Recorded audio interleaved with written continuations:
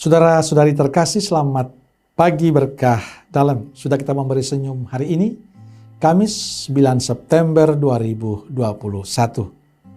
Kita awali permenungan kita hari ini dengan tanda kemenangan Kristus. Dalam nama Bapa dan Putra dan Roh Kudus. Amin. Permenungan kita diambil dari Injil Lukas bab 6 ayat 27 sampai 38. Dengarkanlah perkataanku ini. Kasihilah musuhmu, berbuatlah baik kepada orang yang membenci kalian. Mintalah berkat bagi mereka yang mengutuk kalian. Berdoalah bagi orang yang mencaci kalian. Bila orang menampar pipimu yang satu, berikanlah pipimu yang lain. Bila orang mengambil jubahmu, biarkan juga ia mengambil bajumu. Saudaraku terkasih, kutipan ini luar biasa. Siapa di antara kita yang bisa melakukan apa yang Yesus sampaikan ini? Saya kok yakin ini sulit bagi kita. Bagi saya, apa yang dilakukan Yesus ini luar biasa. Dia bahkan tidak hanya mengatakan hal itu, tapi nyawanya sendiri Ia berikan, Ia hibahkan untuk kita.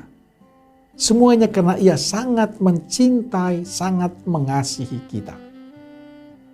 Pesan Yesus untuk kita dengan perikop Injil hari ini adalah bahwa sikap mengasihi hendaknya menjadi bagian dari sikap hidup kita. Termasuk mengasihi mereka yang membenci dan memusuhi kita. Hukum kasih adalah dasar kehidupan beriman. Maka setiap orang yang beriman kepada Kristus hendaknya menghidupi pesan kasih itu. Mengasihi tanpa batas. Yesus mengajak kita untuk berbuat baik, bahkan mendoakan mereka yang menyakiti kita. Inilah kebanggaan kita sebagai murid Kristus, di mana Yesus tidak hanya mengatakan, tapi Dia melakukan itu. Pertanyaannya adalah, apakah kita bisa mewujudkan pesan kasih ini dalam kehidupan kita? Saya menyadari bahwa dalam keluarga, dalam komunitas, dalam hidup bersama di tengah masyarakat, kasih kadang masih menjadi slogan tanpa arti. Banyak sekali orang yang hidupnya jauh dari pesan Yesus. Ada juga yang rajin berdoa, rajin ke gereja, tapi hanya sampai pada ketekunan berdoa. Belum mewujud nyatakan doa dalam perilaku hidup.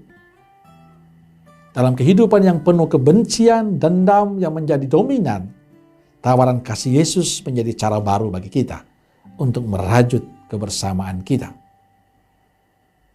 Saudaraku terkasih, ada orang bertanya pada saya, bagaimana dia bisa memaafkan dan mengampuni orang yang melukainya? Dan saya selalu mengatakan, doakan mereka dan berani melepaskan dendam itu dari hati dan pikiran kita. Lihatlah hal positif dari orang itu dan syukurilah itu. Saya percaya waktunya nanti akan membuat kita bahagia. Saudaraku terkasih, pesan Yesus hari ini luar biasa, tapi saya tahu tidak mudah bagi kita. Tapi paling tidak saya ingin mengajak kita, tidak hanya mendengarkan, tapi mewujudkan itu dalam kenyataan hidup. Dalam tindakan nyata kita. Bukan hanya omong, bukan hanya cerita, tapi mewujudkan kasih dengan terus mengasihi sesama kita, keluarga dan komunitas kita. Amin. Semoga Allah yang Maha Kasih memberkati saudaraku sekalian, Bapa, Putra, dan Roh Kudus. Amin. Keluarga Kudus Nazaret, doakanlah kami. Amin. Berkah dalam.